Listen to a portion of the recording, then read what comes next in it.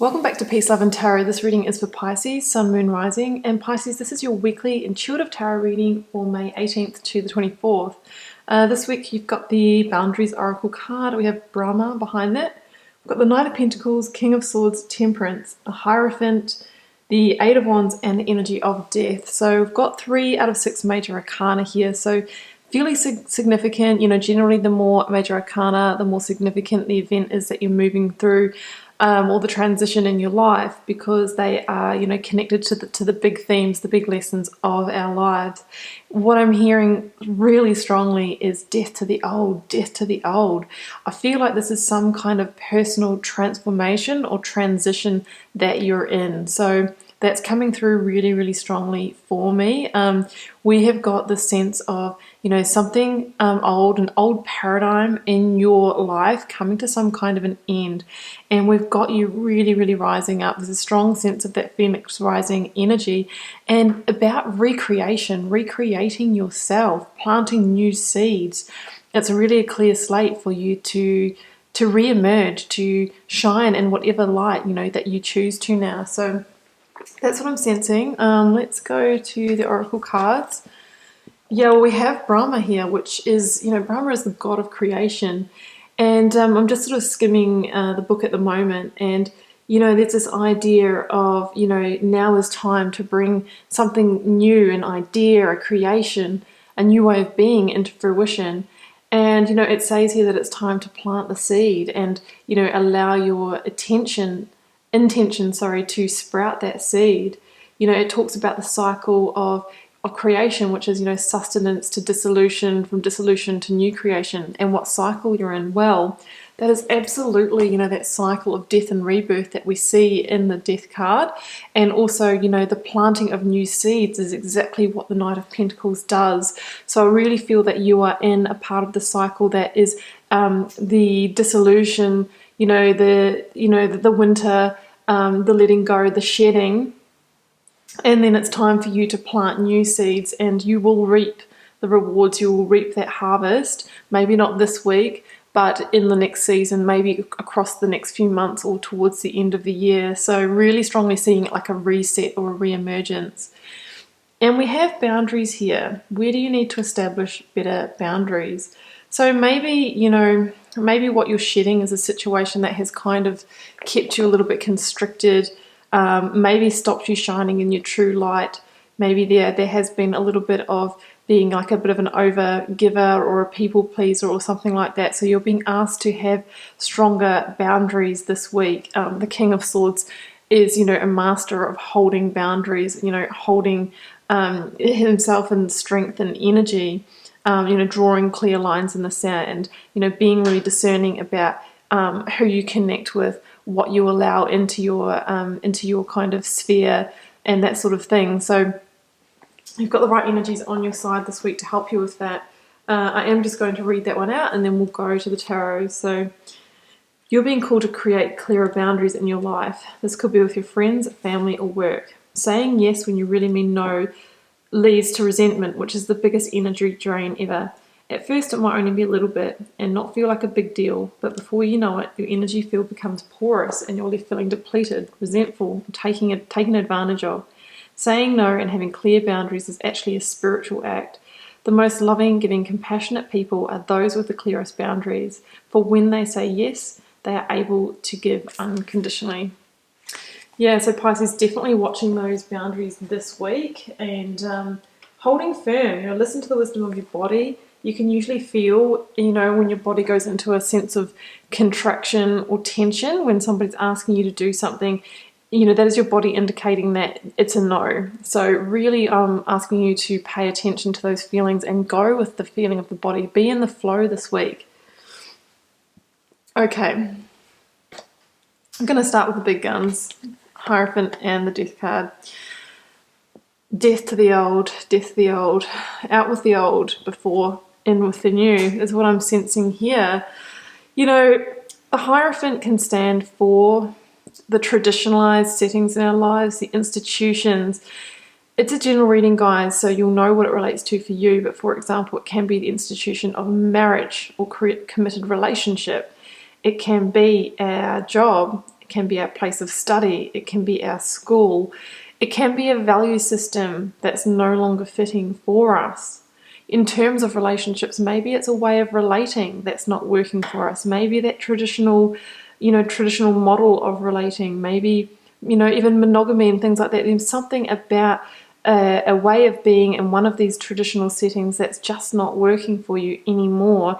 And I think you're sort of wondering, well, there must be a better way to do this, or a way that aligns more with me. Maybe it's the fact that, when you're in a job, it's the old, 9 to 5 grind. And it might be because, we've had this time in lockdown that you're realizing how much that's affected you. It's, taken your energy and maybe your health for some of you. And you're thinking, I just don't want to operate from that traditional model anymore. I want to operate from, my own true value. I want to operate and flow with myself. Just going back to the values as well, it can definitely, with the Hierophant, can be a value system that's just not matching, the values that we come in with and the values that are imposed on us by our parents.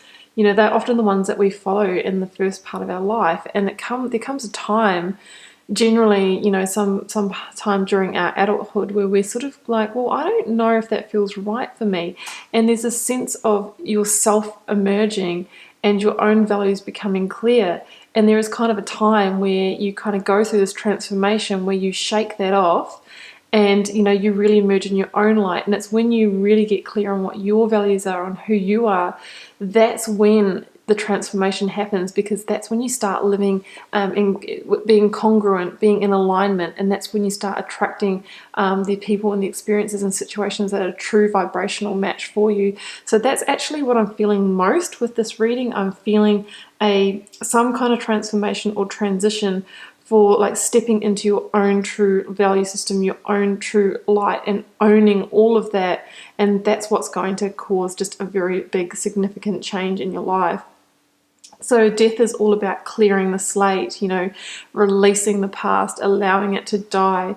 It is about, a sense of alchemical transformation. That's the flower of alchemy on Death's flag here.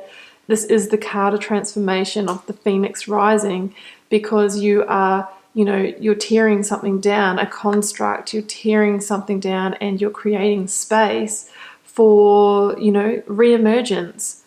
This is about re-emergence, definitely, this reading. So, the Death card is about surrender. It's telling you that it is the time for this to happen, because, if you do what you always did, you get what you always got. You know how life is when you're marching to the beat of the drum that you have been marching to. So you're really being asked now to turn a different direction, to shed that old skin and really expose yourself, for who you truly are. So that's what I'm sensing here. It's a big sense of transformation, and I love it, because transformations are really exciting, because they shift our life, they shift our energy, and that's when things really begin to change. So yeah, and I feel that the shift after that is going to be quite swift. I'm just feeling there's just so many different messages coming through at the moment. Let's go to the King of Swords and Temperance. It's perfect bookends here, because Temperance is actually the energy that follows on from Death and the Tarot.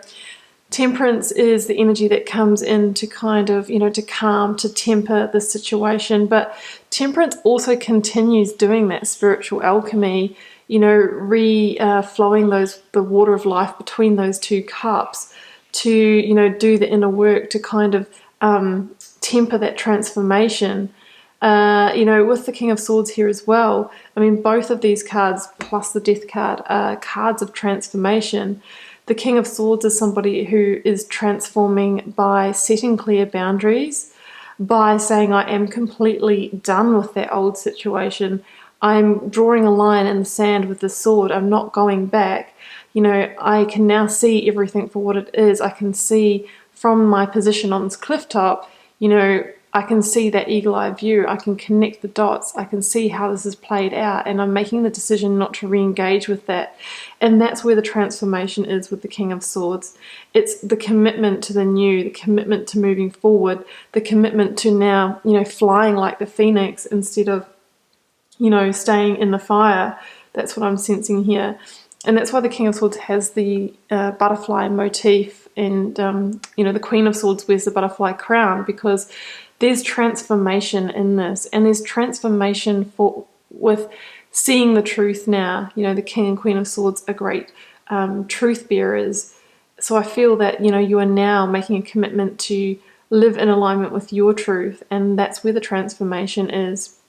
Yeah, so I feel like that's what Temperance is helping you with that transition. And, there might be a little bit of a period of time while you're just kind of recalibrating. That's what it is. It's like a recalibration, a renewal, a rebalancing before, the path forward really starts to emerge.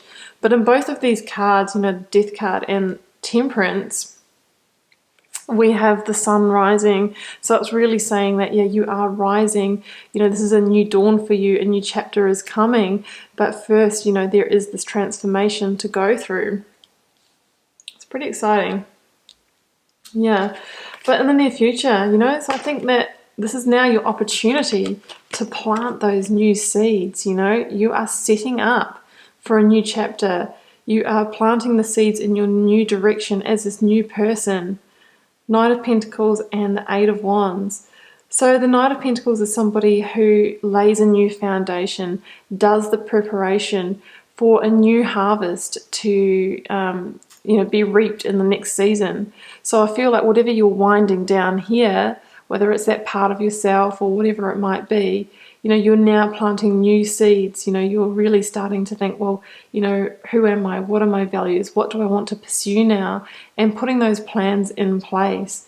And I feel that when you do, even though the Knight of Pentacles is actually one of the slower moving energies in the tarot, the Eight of Wands is a very swift moving energy. So I feel that, maybe the preparation stage might take a little bit of time, but once those plans are in place, I feel like there's no stopping you, and it's just going to be, there's going to be some swift progress to come.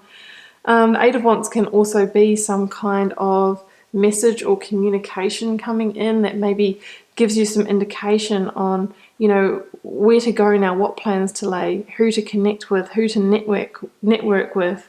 So I love that as well. And that the Eight of Wands is also about action. So you're now stepping into action and really, moving forward in this new direction. So strong sense of personal transformation here and reemergence, replanting, setting up the framework, setting the foundation for that next chapter, Pisces. So I'm just going to pull a couple of keywords to finish off the reading. Let's see what we've got. Prudence and action. Yeah, I mean, prudence is about being cautious. I feel that, just to make sure that you are, looking at all angles, that you're not sort of making any hasty decisions, that you are maintaining your boundaries. And, the Knight of Pentacles is kind of a slow, methodical, efficient, cautious energy as well. You might have the surge of energy after you kind of clear the slate with that death energy, but not sort of, just jumping into anything too hastily, but just making sure that you take the time to kind of sit back and assess and, make the plan, lay the foundation like the Knight of Pentacles would. And action, yeah, I mean, I really do feel under that Eight of Wands energy that, it is going to be all on and all action after these seeds are planted, after you've kind of set that new direction for your life. But again, just that reminder, not to rush things, but just taking the right inspired action in the right direction to move things forward. Okay, Pisces, that's your reading. I'm going to leave it there. Just keep in mind it's a general reading, so it won't be for every Pisces. Feel free to leave me a comment because I always love to know how it's playing out in your daily life. And I'll see you back here next week for another reading.